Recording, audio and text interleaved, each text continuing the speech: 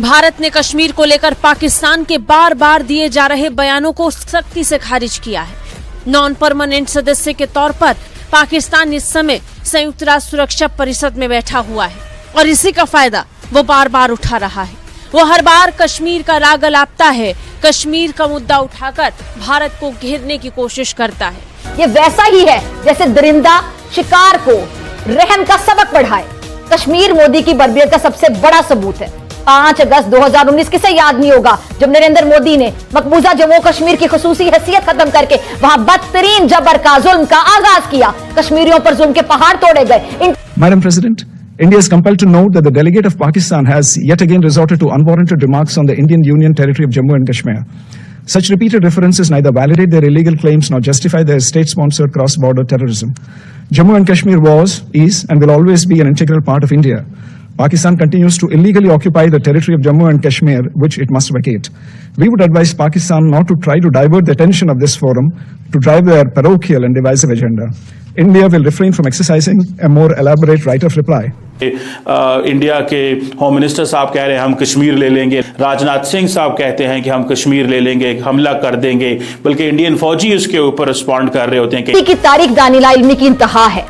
मोदी जब भी बोलते हैं तारीख कानों को हाथ लगाकर माफी मांगने लगती है। मोदी ने हिंदुत्व के नजरिए का फरोग देने में जदीद साइंस को भी नहीं बख्शा। कभी वो दावा करते हैं कि हिंदुस्तान हजारों साल से मौजूद है, कभी वो सिकंदर आजम को बिहार में पहुंचा देते हैं और फिर कभी टीवी पर खड़े होकर प्लास्टिक सर्जरी को हिंदू धर्म की इजाद करार दे देते हैं।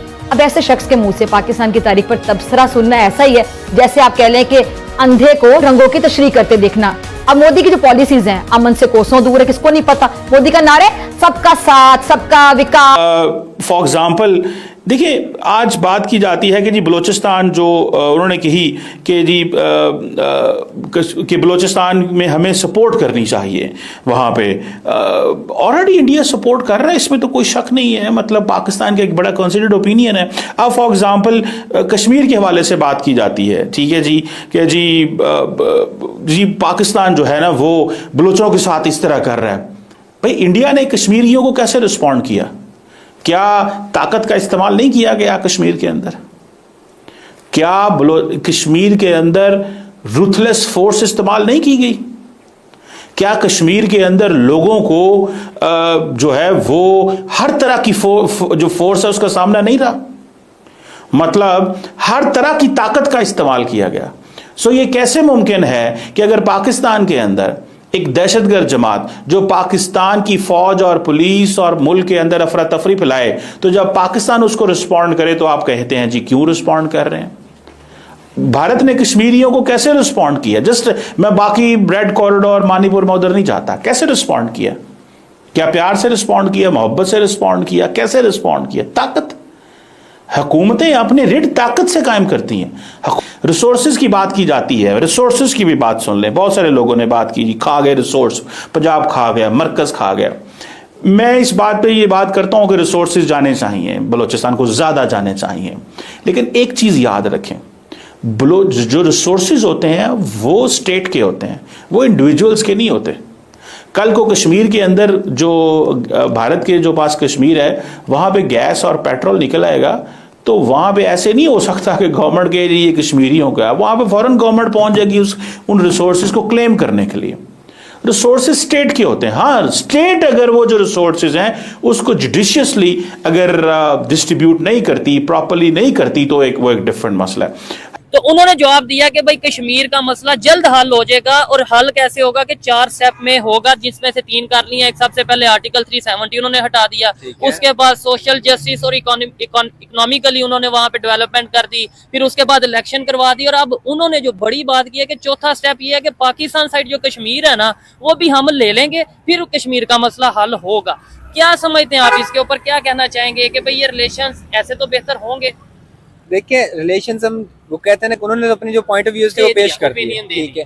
उन्होंने उनके अवाम से पूछा वो अवाम क्या चाहती है, उन्होंने हमारी अवाम से पूछा, हमारे पॉलिटिशियन से पूछा हमारे पॉलिटिशियन क्या चाहते हैं। मतलब ये है कि उन्होंने अपनी तरफ से ही फिर वही ना लेकिन कश्मीरी क्या चाहते हैं आपके ख्याल से? यही तो बात है ना, कश्मीरी आपके ख्याल से? इन जो हमारे रियलिटी की बात करें, कश्मीरी रियलिटी में अपनी ही स्टेट अलहदा करना चाहते हैं, पाकिस्तान साथ नहीं आना चाहते। पाकिस्तान वो कहते हैं कि हमारे ताल्लुकात पाकिस्तान के साथ रहें, लेकिन हम लोग अपने एक आजादाना तौर पर जिंदगी जी सके। ठीक हो गया। लेकिन वहाँ पे जो इंडिया बात करता है वो कहता है कि हम उसको अपने अंडर रखें, ना कि उनको पाकिस्तान की तरफ जाने दें या फिर आजादाना रहने दें। ठीक हो गया। रियलिटी में जो हम देखते हैं पीछे जो बैक एंड में देखते हैं, लेकिन कश्मीरी वो है, जाहिर सी बात है हर बंदे को अपनी जिंदगी जीने का हक है, आजादी के साथ जीने का हक है। इसी के साथ वो भी यही चाहते हैं कि हम लोग भी अपनी आजादी के साथ जिंदगी जिए। वो किसी ऐसी कंट्री के साथ ही कोलैबोरेट करेंगे ना जो उनको आजादी से जीने दें। ठीक है। क्योंकि वो इस्लामिक कंट्री है और वो एक इस्लामिक स्टेट है। ठीक है। और वो इस्लामी जिंदगी तर्ज तौर पे जिंदगी जीना चाहते हैं। तो जाहिर सी बात है जब वो इस्लामिक तर्ज तौर पे जिंदगी जीना चाहते हैं वो पाकिस्तान के साथ आना चाहेंगे। नहीं, इसमें थोड़ा सा बाकी तो चले, ये जो आपने बात की है हर एक को फ्रीडम ऑफ स्पीच होना चाहिए, रहने की आजादी होनी चाहिए, ये तो समझ आती है। लेकिन ये जो आपने बात किया वहाँ पे ज्यादातर मुसलमान है, इस्लामिक एरिया, इस्लामिक स्टेट, आप जो भी आप कह रहे हैं कश्मीर को, तो इसलिए वो पाकिस्तान भी इस्लामिक है तो वो पाकिस्तान के साथ आना चाहेंगे। ऐसे तो इंडिया के बहुत से एरियाज हैं जहाँ हैदराबाद की अगर बात कर लें, इवन दिल्ली में बहुत से मुसलमान रहते हैं, तो फिर दिल्ली को भी पाकिस्तान का हिस्सा बना दें, हैदराबाद को भी पाकिस्तान का हिस्सा बना दें, ये तो लॉजिकल बात नहीं। ऐसे तो सिंध में कई ऐसे एरियाज हैं जहाँ हिंदू रहते हैं, वो फिर उसे हम इंडिया का हिस्सा बना दें। ठीक है, आपकी बात से मैं एग्री आप मेरी बात समझे कि नहीं? मैं आपकी बात समझ गया, लेकिन ये देखे ना कि उनको वो उनकी फ्रीडम ऑफ स्पीच दे नहीं रहे हैं। अच्छा, मैं इसलिए कह रहा हूँ, देखिए जैसे कि आपने कहा ना कि दिल्ली है वो पाकिस्तान को दे दिया जाए, मैंने एग्जांपल आपकी बात की है, वही कह रहा हूँ कि पाकिस्तान को दे दिया जाए। अब वो अगर वो वहाँ पे फ्रीडम के साथ रह रहे हैं, अगर वो आजादी के साथ अपने हकूक हासिल कर रहे हैं, वो क्यों पाकिस्तान में आना चाहेंगे? ये चीज तो यही है ना। अब इसी भाई तरह अगर इंडिया के मुसलमान, अगर लेट्स सपोज आप कहते हैं कि वो ठीक रहे, अगर आज एक इंडियन को पूछा जाए कि आप पाकिस्तान के साथ आना चाहेंगे, वो क्या कहेगा? जाहिर सी बात है वो क्यों आना चाहेगा?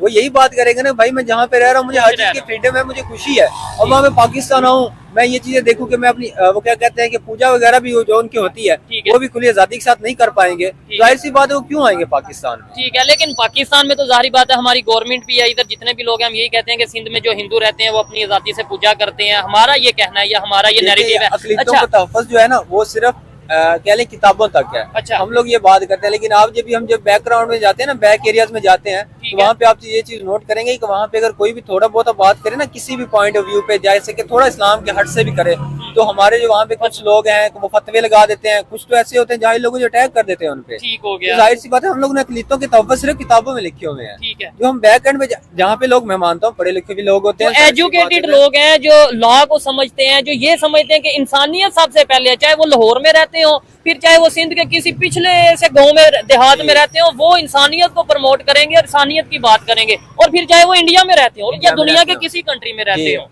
क्या आप मेरी इस बात से एग्री करते हैं? जी, जाहिर सी बात, इसी बात से एग्री कर रहा हूँ ना कि जो एजुकेटेड तबका है वो हमेशा से यही चाहता है कि जो ह्यूमैनिटी है ना, उनकी जो राइट्स हैं वो सबसे पहले होते हैं। लेकिन जो पीछे के एरियाज हैं, जैसे कि हम कर रहे हैं ना कि बैक एंड एरियाज हैं, जिससे मैं अब नाम नहीं मेंशन करना चाहता। अच्छा, अभी आप ऐसे किस एरिया से बिलोंग करते हैं? मैं पाकपतन से। पाकपतन से बिलोंग करते हैं। अच्छा, वही जर्नलिस्ट या वही पाकिस्तानी ने एक और क्वेश्चन इंडियन फॉरेन मिनिस्टर से पूछा और कहा कि भाई कश्मीर में 10 लाख फौजी जो उनसे हैं, वो 7-8 लाख की आबादी है कश्मीर की, और उसके ऊपर 10 लाख फौजी तैनात हैं। ये उसने सवाल किया, आपके ख्याल से पहले तो बताइए क्या आपको लगता है कि 10 लाख फौजी तैनात होंगे? ये देखें, ये तो हम लोगों ने एज अ परसेप्शन दी है कि 10 लाख फौजी तैनात है। रियलिटी में अच्छा, हमें नहीं पता, ज्यादा भी हो सकते हैं, शायद कम भी हो सकते हैं। ठीक है, लेकिन आपके ख्याल से आपको लगता है कि 10 लाख फौजी होंगे कश्मीर में? आपके ख्याल से?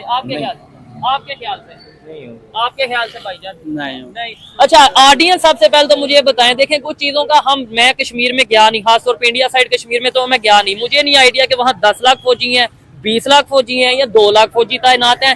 देखने वाले कमेंट बॉक्स में एक तो बताएं। दूसरे नंबर पे ये बताएं कि इंडिया की टोटल फोर्सेस की जो तादाद है, आर्मी है, उसकी कितनी टोटल तादाद है, ये बताएं, ताकि उधर से आइडिया हो गया। अगर 10 लाख कश्मीर में है तो फिर इसका मतलब है बाकी सारा इंडिया का बॉर्डर तो खाली पड़ा हुआ ऐसे ही है। एक सोच, कश्मीर उन्होंने चाइना बॉर्डर खाली छोड़ दिया होगा, उन्होंने बाकी LOC सारी खाली छोड़ दी होगी। पाकिस्तान का देखना 23 करोड़ आबादी है ना, तो वहाँ पे हमारी फौज